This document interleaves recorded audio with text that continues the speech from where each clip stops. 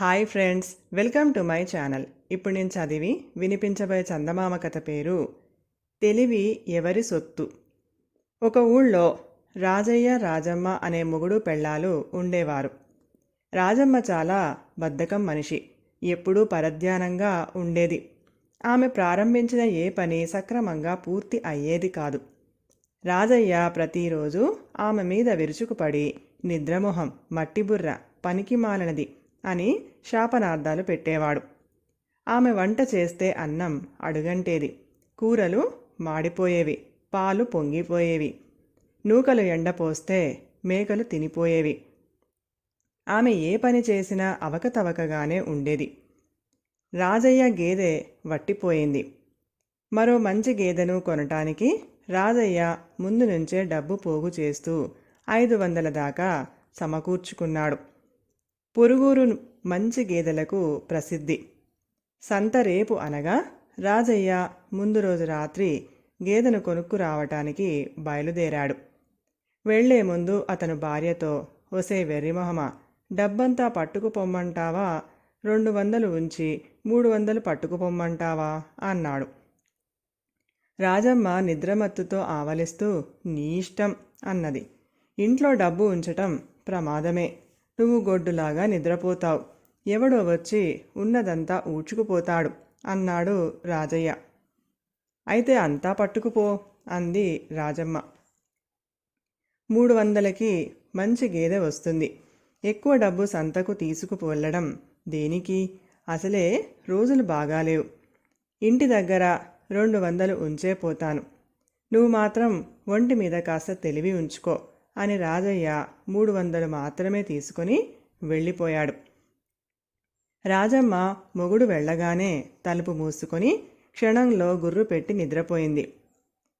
అయితే ఈ మొగుడు పెళ్ళాల సంభాషణ ఒక దొంగ చెవిన పడనే పడింది. వాడికి రాజమ్మ సంగతి తెలిసిపోయింది. అదీగాక రాజయ్య ఇల్లు కొంచెం మారుమూలగా ఇతర ఇండ్లకు దూరంగా కూడా ఉంది. ఆ ధైర్యంతో వాడు తలుపు తట్టాడు. తలుపు ఎంత బాదినా రాజమ్మ లేచిన అలికిడి లేదు. ఇక రాజమ్మ లేవదని రూఢీ చేసుకొని దొంగ పెరటివైపు గోడకు కన్నం వేయసాగాడు. వాడు నిర్భయంగా శ్రమపడి గోడలో తాను దూరగలిగినంత కంత చేసి చుట్టూ ఒక్కసారి కలియజూసి నెమ్మదిగా కన్నంలోంచి తల లోపలికి పెట్టాడు. వెంటనే వాడి నెత్తిన ధబీమని రోకలిపోటు పడింది. దొంగ చావుకేక పెట్టి కన్నంలోనే మూర్చపోయాడు. వాణ్ణి కొట్టినది రాజమ్మ. దొంగవాడు వీధి తలుపు బాదినప్పుడే ఆమె మేలుకున్నది. అయితే బద్ధకం మనిషి కావటం చేత లేచి వెళ్ళి తలుపు తీయలేదు. ఆమెకు దొంగ కన్నం తవ్వటం తెలియగానే మెరుపులాంటి ఆలోచన వచ్చింది. ఆమె రోకలి తీసుకొచ్చి వాడి తల మీద ఒక్క పెట్టు పెట్టింది. తర్వాత ఆమె వాణ్ణి ఈడ్చుకుపోయి ఒక గదిలో వేసి గదికి తాళం పెట్టి నిశ్చింతగా నిద్రపోయింది. తెల్లవారగానే ఆమె నలుగురిని పిలిచి దొంగవాణ్ణి వాళ్లకు పట్టించింది. అందరూ ఆమెను పొగిడారు. మర్నాడు సంతలో రాజయ్య ఒక మంచి గమిడి గేదెను చూశాడు. దాన్ని అమ్మేవాడు దాని ధర 400 చెప్పి ఆఖరు బేరం 350కి ఇస్తానన్నాడు. ఇంటి నుంచి డబ్బంతా తెచ్చుకున్నట్టయితే బేరం పరిష్కారం అయి ఉండేది. అలా చేయనందుకు రాజయ్య తనను తాను తిట్టుకుంటూ ఉండగా ఒక మీసాల ముసలివాడు వచ్చి, నీకు ఆ గేదె నచ్చింది కదా అన్నాడు. అవునన్నట్టు రాజయ్య తల ఊపాడు. అయితే కొనవెందుకు అన్నాడు ముసలివాడు. గేదె ధర జాస్తిగా ఉంది, నా దగ్గర 300 ఉన్నాయి అన్నాడు రాజయ్య. నిజానికి ఆ గేదె నాదే. నేను ఆ మనిషికి బాకీ ఉండి బాకీ తీర్చలేక గేదెను ఇచ్చేశాను. నువ్వు తప్పకుండా దాన్ని కొను. అది నీలాంటి మంచివాడి చేతిలో పడితే అదే నాకు చాలు అన్నాడు ముసలివాడు.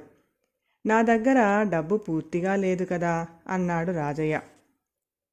నువ్వు ఆ 300 ఇలా ఇయ్యి, నేను ఎలాగో అతన్ని బతిమిలాడి ఆ గేదెను నీకు అప్పజెపుతాను అన్నాడు ముసలివాడు. రాజయ్య తన వద్ద ఉన్న 300 ముసలాడి చేతిలో పెట్టాడు. తర్వాత ముసలాడి జాడ లేదు. రాజయ్య చాలాసేపు అతడి కోసం చూసి చివరకు గేదె గలవాడి వద్దకు వెళ్ళి ముసలాణ్ణి గురించి అడిగాడు. గేదె యజమాని రాజయ్యను ఎగాదిగా చూసి, ఎవరయ్యా ఆ మీసాల ముసలాడు? ఈ గేదె మా ఇంట్లో పుట్టి పెరిగింది. తనదని వాడు చెబితే నమ్మావా? రోజులు బాగాలేక దీన్ని అమ్ముకుంటున్నాను అన్నాడు.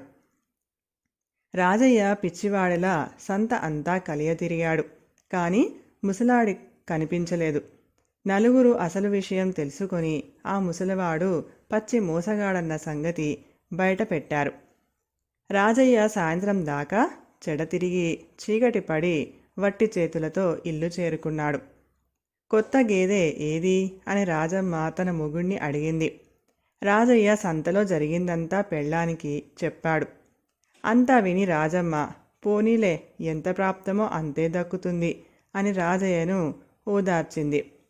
తర్వాత రాజయ్య తన పెళ్ళాం చేసిన పని విని ఆమెను గురించి తన అభిప్రాయం మార్చుకున్నాడు. ఆ తర్వాత అతను ఆమెను ఎన్నడూ తెలివి తక్కువ దద్దమ్మ, నిద్రమొహం దాన అని అనలేదు.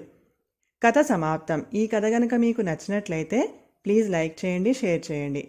మరిన్ని మంచి మంచి కథల కోసం మా ఛానల్ని సబ్స్క్రైబ్ చేసుకోండి. Thank you.